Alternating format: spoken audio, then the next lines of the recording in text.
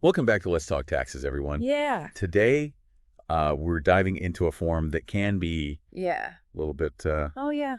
well, a little scary for some folks. Oh, yeah. And we are joined by the experts from DeMore Tax Service LLC to help us Absolutely. break down Schedule 8812 credits for qualifying children and other dependents. That's right. So, That's it. it sounds a little intimidating, but we're going to Yeah. break it down for you step by step so you can feel confident knowing you're Exactly. getting all those benefits you deserve. It can be intimidating, but we're here to Yes. make it simple. Excellent. Yeah. So first things first, for those who might be new to this whole thing, what is Schedule 8812 all about? So Schedule 8812 is about claiming those tax credits related to your dependents. Okay. And when we say dependents, we mean qualifying children and other dependents as well. Got it. And these credits can reduce the amount of tax you owe. Oh. Or in certain situations, you can actually get money back as a refund. Wait, hold on. You can get money back even if you don't owe any taxes. That is correct. That's amazing. Yes. I need to know more about this. So that is thanks to the Additional Child Tax Credit, Okay. or ACTC, but let's not get ahead of ourselves. Okay. So Schedule 8812 covers three main credits: Okay. the Child Tax Credit, the CTC, Got it. the Credit for Other Dependents, the Yeah. ODC, Yeah. and that ACTC that we just mentioned. Okay. The CTC and the ODC are non-refundable credits. Okay. So that just means they can reduce your tax liability down to zero. Mhm. You don't get any extra back. Okay. But that ACTC, that one is refundable. Right. So Yeah. that one has the potential to put money back in your pocket. I see. So that's a big one. Yeah. That's a big difference right there. Yes. Very important. Okay. I'm starting to see why this form is so important. Yes. So let's dive into the form itself. Yeah, let's do it. Where do we even begin with Yeah. Schedule 8812? So the first thing you need to do is find your adjusted gross income, Okay. or AGI, from your Form 1040. Mm-hmm. That goes right on line 1 of Schedule 8812. Got it. Let's say, for example, your AGI is $85,000. Okay. $85,000. Got it. What happens next? So lines 2A through 2D address any excluded income you may have. Excluded income. Yeah. Okay. So this is where things get interesting for people with income from places like Puerto Rico or American Samoa. Interesting. Okay. They might be able to adjust their AGI based on certain types of income that aren't taxed federally. So even if you're living that island life, Yeah. you still need to pay attention to these details. Absolutely. Every dollar counts when it comes to taxes. Yes, it does. So once you've got your AGI and any excluded income taken care of, Mm-hmm. we move on to the dependents you're claiming. Okay. Line 4 is for qualifying children, Yeah. and line 6 is for other dependents. Got it. So you cannot claim the same person for both. Okay. No double dipping. No double dipping. Got it. And one thing that's really important to remember is that there are specific rules about who qualifies Right. as a dependent. Yeah.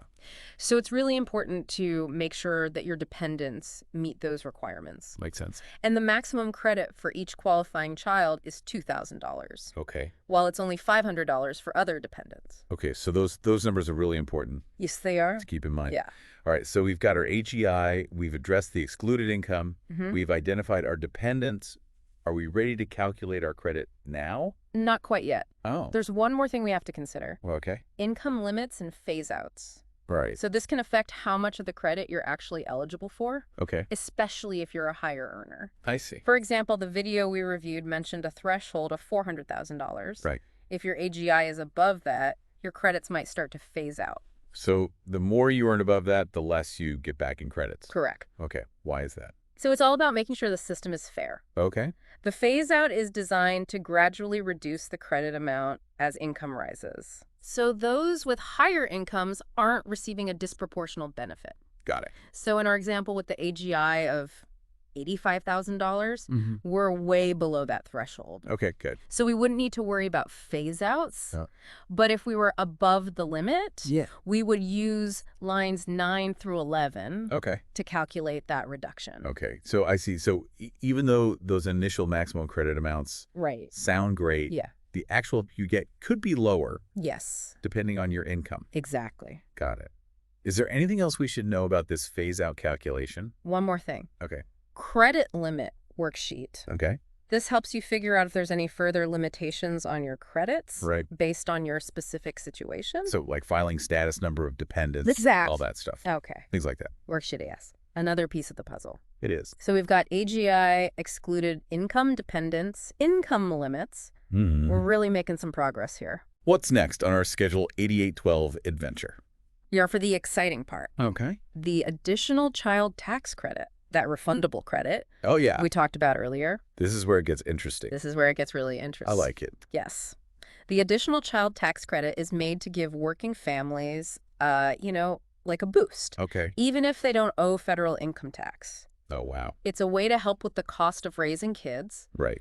And in some cases, you can even get a refund. That's pretty amazing. It is. So how does the ACTC actually work? So to figure that out, Okay. we're going to go to Part 2A of Schedule 8812. Okay. The first step is deciding if you even want to claim the ACTC. Okay. If not, Yeah. you can check a box to opt out.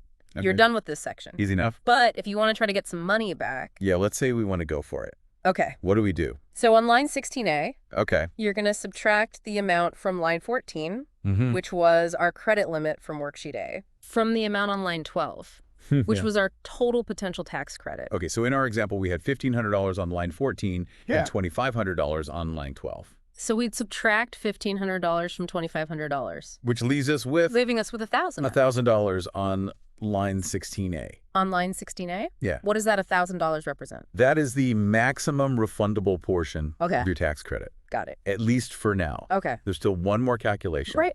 On line 16B, 16B. Okay. here you'll enter the number of qualifying children under 17 who have Social Security numbers, Okay. and you multiply that number by $1,500. Okay. This is the maximum refundable amount allowed per child. Okay. So if we have one qualifying child, that means $1,500 would go on line 16B. Yes. Okay. So we have $1,000 on line 16A Mhm. and $1,500 on line 16B. Yes. Now what? Line 17 tells us to enter the smaller of those two amounts. Okay. The smaller amount being $1,000. That is correct. So even though the maximum refundable amount per child is $1,500, in this case, we could only claim $1,000. Right.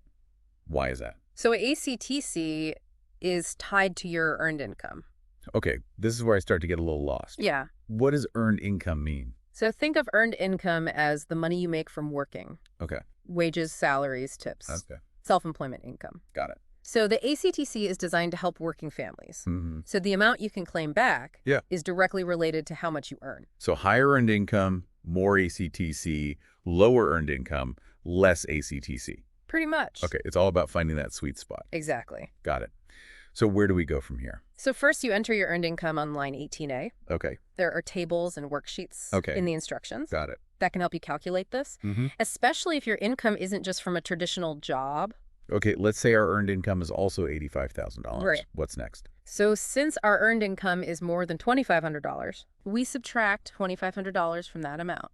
Leaving us with $82,500. Correct. Okay, and where does that number go? We multiply the $82,500 by 15%. Okay. And that result goes on line 20. Okay, and in this case, that would be $12,377. $12,375. Correct. This is going to help us figure out if we can claim that full $1,000 we calculated earlier. Exactly. This is the moment of truth. It is. Are we getting that money back or not? We'll see. Okay. The form asks if the amount on line 16B, Mm-hmm. our maximum refundable amount per child, Yeah. is $4,500 or more. Since we only have one kid and it was $1,500, we would say no. Mm-mm. Yeah. What if it was $4,500 or more, though? If it was $4,500 or more, we Yeah. could skip ahead Okay. and enter the amount from line 17, Yes. our $1,000, Mhm. directly on line 27. Got it.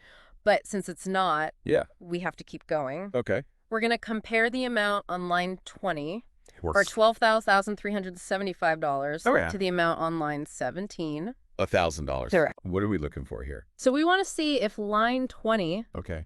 is greater than or equal to line 17. In this case, it is. It is. So what does that mean? So that means we get to skip a whole section of the form, Oh, I like that. which is always good. Yeah. And we can put that $1,000 Sure. directly on line 27. So we finally made it to line 27. We did. Does this mean we get our $1,000 back? It does. Wow. It means you're eligible for a $1,000 refund That's incredible. through the additional child tax credit. I mean, it seemed like a lot of steps to get here, It can be a lot of steps. but it was worth it. Yeah, I'm really starting to see how important it is to understand all this stuff. it's very important. And we still have some things to cover, Yes, we do. like those worksheets. Yes. They sound a little daunting, They can be. but I'm ready to tackle 'em. All right, let's do it. All right, worksheets. I know they can seem intimidating, Oh, yeah. but I'm guessing they're pretty important. They are very important. When it comes to Schedule 8812. Yes. And They're designed to help you in very specific situations okay. to make sure you're calculating those credits accurately. Okay, so there are 4 that we might encounter. Yeah. Credit limit worksheet. Right. A, credit limit worksheet. Mm-hmm. B, the earned income worksheet. Right. And the additional Medicare tax and RRTA tax worksheet. Yes. Wow, that does sound a bit overwhelming. It can be. Can we just get a quick rundown of each one Sure. and why we might need to use them? Absolutely. Oh. So let's start with credit limit worksheet A. The one we talked about a little bit earlier. Yes. So this one helps you figure out if your credits are limited based on your filing status, number of dependents, and other factors. So it's like a double check to make sure we're Yeah. not claiming more than we should be. Exactly. Then we have credit limit worksheet B, Okay. which is for taxpayers who exclude foreign earned income Okay. or claim certain other credits. So it helps calculate how much of your child tax credit and credit for other dependents you can actually claim Okay. when those specific situations are involved. Got it. So if you're dealing with foreign income worksheet B, Yes. all right, what about the earned income worksheet? So the earned income worksheet helps you figure out your earned income accurately. Okay. This is especially helpful if you have self-employment income, royalty income, or other sources that aren't as straightforward as a regular paycheck. Yeah, that makes sense. And remember, earned income is really important when figuring out your eligibility for the additional child tax credit. Right, because the ACTC is tied to Yes. how much you're actually working Yeah. and earning. Exactly. Okay. And then the last one, The last one. the additional Medicare tax and RRTA tax worksheet. So this worksheet is for taxpayers who owe additional Medicare tax or railroad retirement tax tax. Okay. And it helps adjust your calculations to make sure you're claiming the right amount Okay. of the additional child tax credit, taking those taxes into account. It's amazing how much detail goes Yeah. into calculating these credits. It's a lot. Each worksheet has a very specific purpose. Yes, they do. Okay. They might seem a little daunting at first, Yeah, a little bit. but they're there to help you Oh. and make sure you're taking advantage of all those credits. Got it.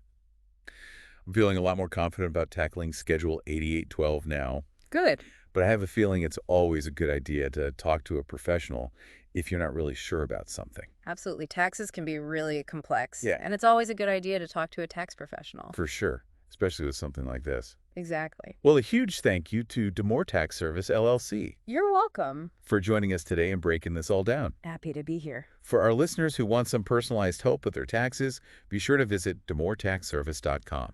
Yes, come see us. And that wraps up another deep dive here on Let's Talk Taxes.